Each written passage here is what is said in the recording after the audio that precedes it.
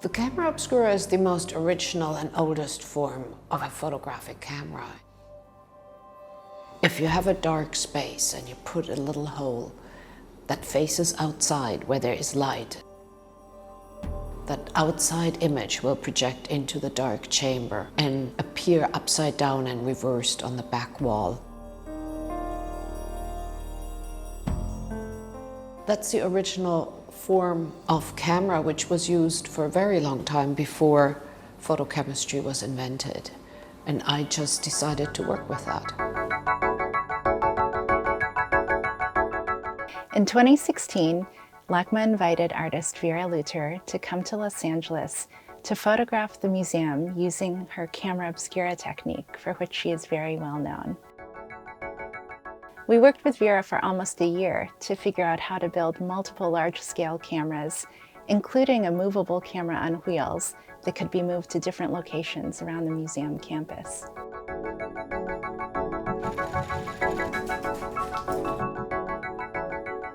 Well, when I'm inside my camera, I can see the projected image very clearly.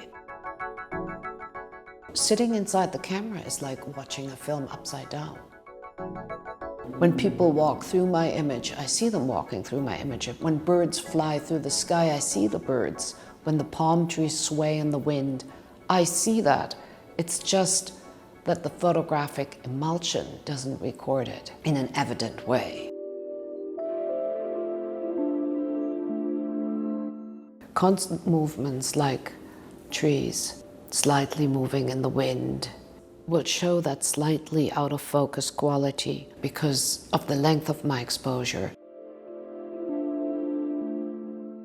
Any kind of faster movement, such as people walking through the image or cars driving by on Wilshire Boulevard, will disappear.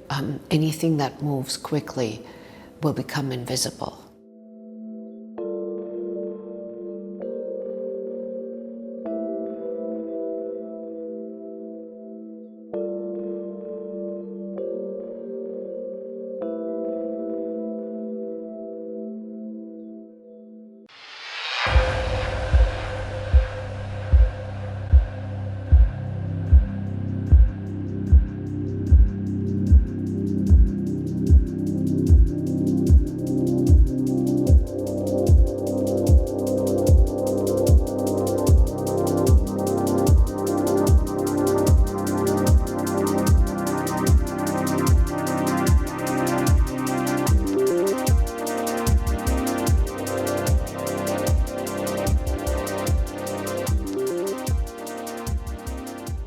So I do quite a lot of planning. I mean, weeks and months of planning before I make a photograph.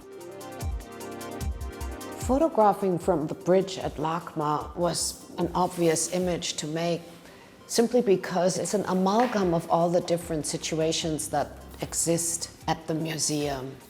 We can see the beautiful 60s building, we can see the surprising and disorienting 80s building, and that large, beautiful open space where people like to congregate, and that really fascinated me. When I started out with my exposure every morning, these chairs around the outdoor tables are very neatly organized and beautifully set into place, and then people come and use them.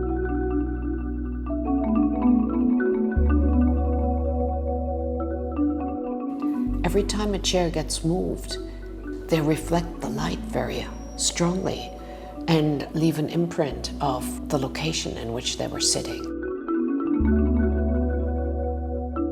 I think that there's a lot of memory in these photographs, both philosophically and obviously. Obviously, we always see a time being recorded in nature or in objects. And philosophically, we can think of it by knowing that many things happen. Many people walked through this image but didn't leave an obvious trace.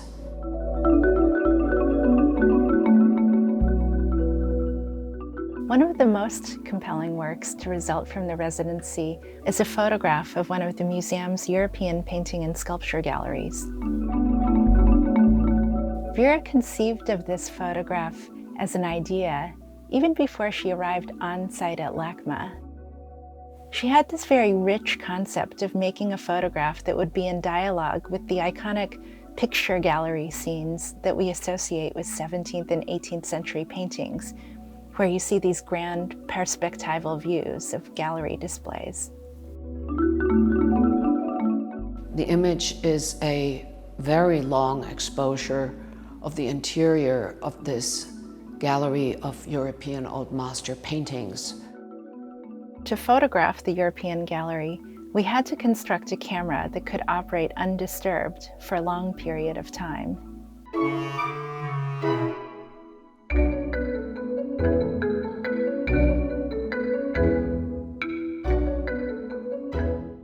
What we ended up doing was camouflaging the camera by building it directly into the gallery.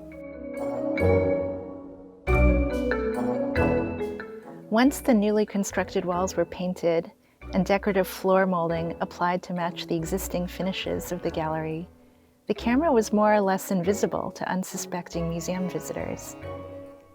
We spent weeks and weeks and weeks composing that image, making sure this frame is here, this frame is there, I can see everything, we're not slicing through a painting.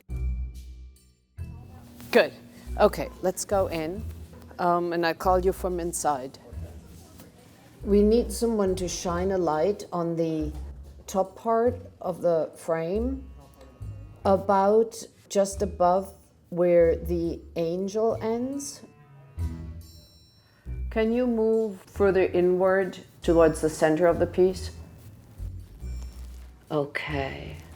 We're slicing the head of the angel in half. That's tough. I think that's bad luck. Can we move it left like 3 inches? Sure.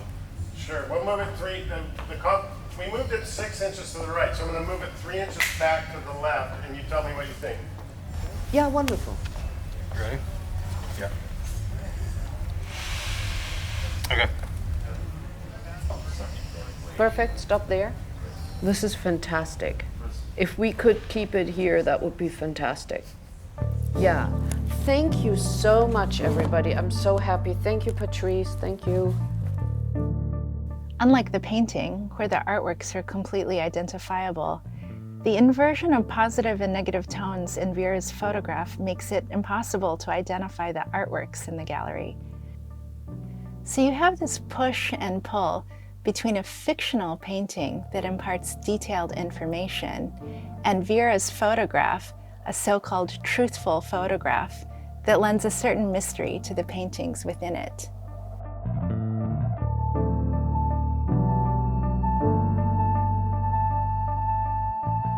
Vera had a vision of photographing masterworks, like our large-scale painting of A Game Market by Franz Snyders. We had to build room-sized studio cameras inside the museum to enable her to make such photographs.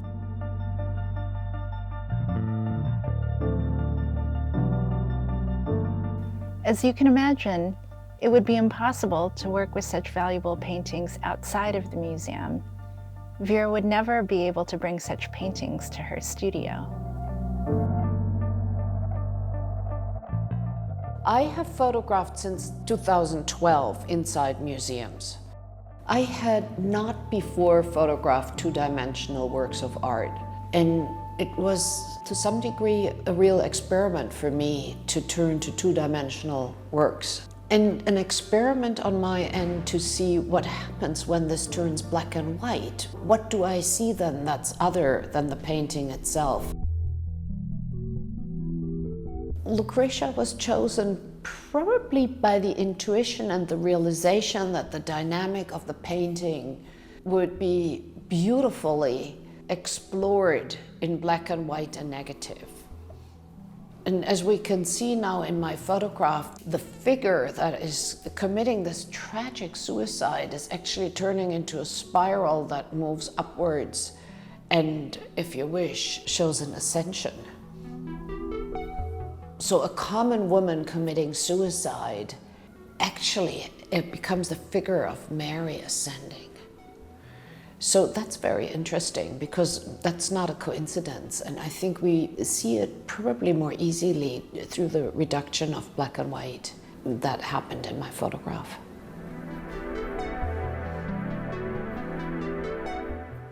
Wanting to photograph art is sort of an important step in the whole biography and cycle of my own work, which ran through architecture, industrial sites, otherworldly objects like zeppelins. And I think it's a natural evolution for me, it seems natural to turn more and more inwards. And since art is what I think about all the time, I also look about other people's art. And in photographing it, it's for me a way of relearning about what other artists did and looking at their work much more explicitly.